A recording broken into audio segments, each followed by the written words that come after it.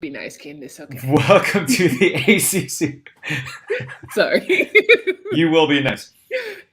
Welcome to the ACC Panic Room alongside Candace Cooper, locked on ACC podcast, filling in for Lauren Brownlow. I'm Joe Ovies. So week 0 is in the books. Carolina got the win over Florida A&M. That was the expected part, Candace. I think there were two things that were eyebrow raisers in this game for me. One was that Jacoby Criswell didn't get any opportunity to play quarterback, as Drake Maye was the starter and remained the starter the entire time up until like the very last moment of the game. And a little bit of an eyebrow raise for the defense. Where would you like to start?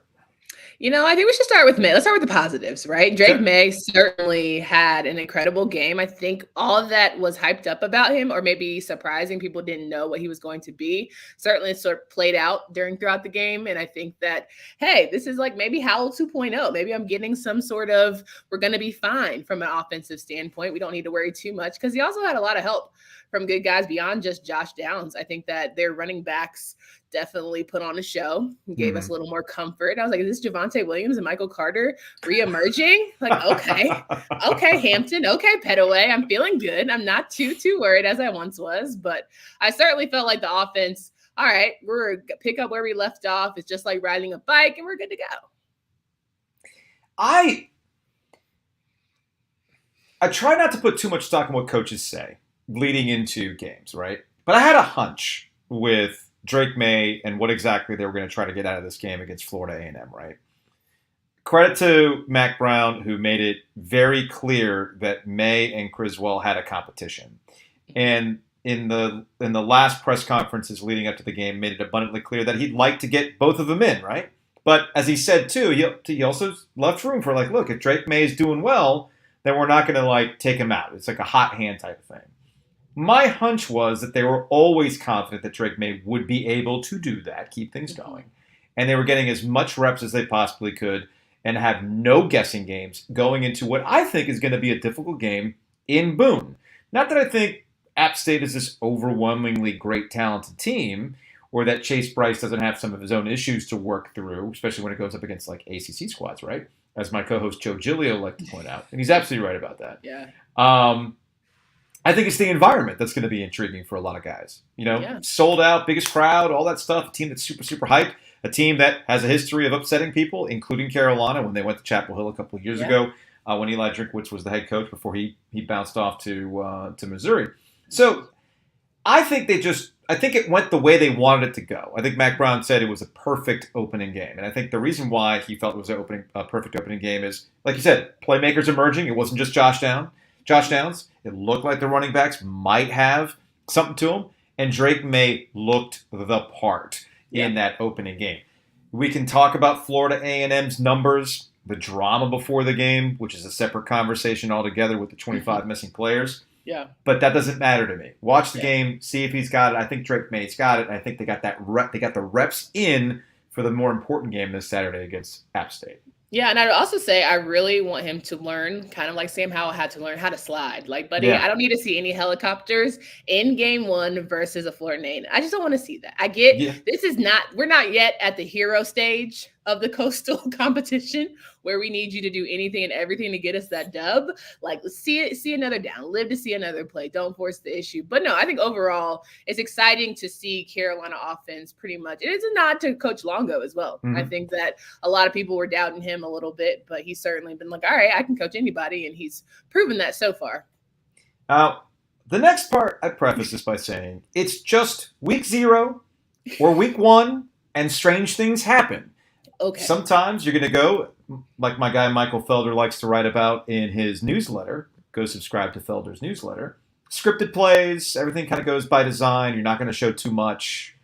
It's the first week of the season.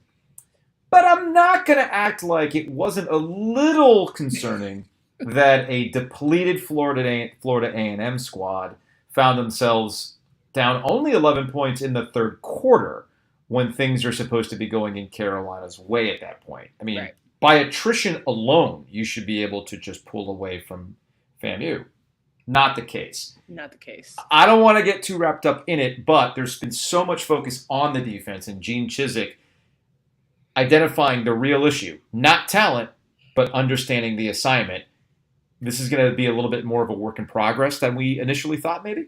Well, for me, we were having issues with the fundamentals. We had issues with tackling. Bateman was the problem, and we just didn't know how to do, the core stuff. Fine, cool. Right. That's the issue. We get rid of that. Now we bring in someone who had a top tier defense when he was here. So I'm saying, okay, everything's back to normal. We're about to be a halfway good defense, and their secondary is always going to struggle, but not too much because Tony Grimes and Storm Duck are older, wiser, and healthy. So we should not have worries. Now, on the broadcast, for those who watched on TV, you heard them say, they like to keep it simple. They thought this year was going to be, let's simplify the defense. Let's talk about the fact that the defense was so embarrassed about their season last year and they want to do better. They don't want to be the butt of the joke. And yet we found ourselves being like, why is Musa moving this ball so incredibly well? It wasn't kosher. It really hurt my heart. Hey, look, in Musa's defense, we talk about years older and things like that. Another thing that Julia pointed out on today's show, that's one of the things about college football this year is going to be weird because we're still but we still see the effects of the COVID year where you got some pretty talented or older QBs that know what they're doing and can work their way around. I mean, look, that's why NC State is so highly thought of because of that reason. So many guys that decided to run it back and they get an extra year out of Devin Leary and everything else. So I can see where Florida A&M was able to take some advantage of that, but I get back to the third quarter. At some point, the numbers game always goes in your favor. This is always the case against an FBS opponent, an HBCU opponent. You eventually will pull away because you've got more talent. You've got all that going for you. So that was the only thing that kind of raised an eyebrow for me. Not to say that it can't be fixed. I'm sure all week they're going to be spending time on that. Like, great win, but ... Here's where we have to understand and execute this simplified scheme that Gene Chizik was brought in to do. As soon as they got in that locker room, I hope they went to immediately get dressed and go watch film. I'm sure they did. But what's interesting is that this morning, and some of this stuff adjusts over time, but I thought it was interesting that the line started to move in App's favor. Come to find out later in the day that Josh Downs banged up. Tony Grimes is banged up. I don't know if those two players individually would cause such a swing in the line, but I thought that was interesting going into Saturday's game, which we get to two. Josh does. Yeah, I think Josh. I'm with you on Josh. I'm definitely with you on Josh. Tony, only because the secondary looked so bad during the first game that you're like, well, if it's going to be Balfour, we're in trouble. I mean, the boy got cooked a couple times. And as much as people put a lot of stock in FCS school or don't put a lot of stock in FCS schools, the boy was getting worked like burnt on toast. So I'm just sitting here saying, at the end of the day, don't tell me, relax, don't get my hopes up. Like, everything's fine. Like, you can still feel excited about if you're going to go into a very hostile environment. We love that hostile word. And maybe the playbook is going to open up a bit. Maybe they were just trying to pull our chain and keep us on our toes. Cardiac Carolina, who knows? I don't think that was the case, but it will certainly be very telling how the defense does this week. Should they have played the game on Saturday? Yeah, of course. What were they going to? Were they not going to play? Who was going to back out? The players initially didn't want to do it. Carolina? No, Florida A&M because of the 25 missing players because the ineligibility. But did they want to pay that $450,000? That's the problem. The coaches said, make something shake. Tuba boys, let me get out there. Yeah, that ends up being the problem. And my only thought on this is, like, if you sit here and you still clutch pearls over whether or not players should get a cut of the slice of the pie, the financial pie and everything else, the fact that, Florida A&M really depended on this money to fund stuff and that they would have had to have paid $450,000. Like, all right, boys, you get out there and you play. Yeah. By the way, same thing for Carolina, too. They want this game to happen because that's a home gate for them. That's butts and seats, concessions, everything else. So you absolutely want that game to happen, even if they would have gotten $450,000 out of a canceled game.